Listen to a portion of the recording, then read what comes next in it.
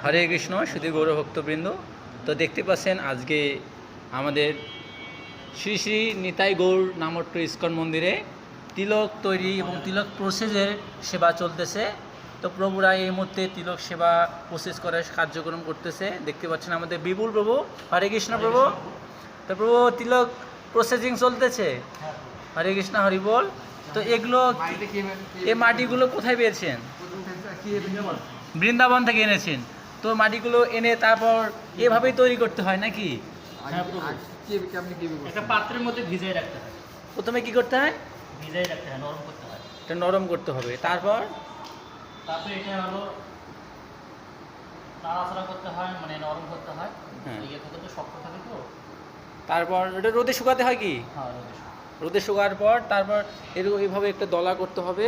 দলা করার পর হাত দিয়ে এইভাবে প্রসেসিং করে তারপর এইভাবে আমাদের প্রভু আছে দেখতে পাচ্ছেন, কাঁচি দিয়ে ছুরি দিয়ে এরকম সাইজ করতে হবে।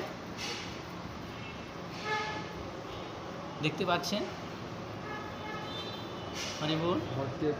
সুতো দিয়ে কাটতেছে, দেখো। তো দেখতে পাচ্ছেন প্রভু, একজন প্রভু এদিকে সেবা করতেছে অনেক সুন্দরভাবে। চাকু না করে সুতো দিয়ে কাটতেছে।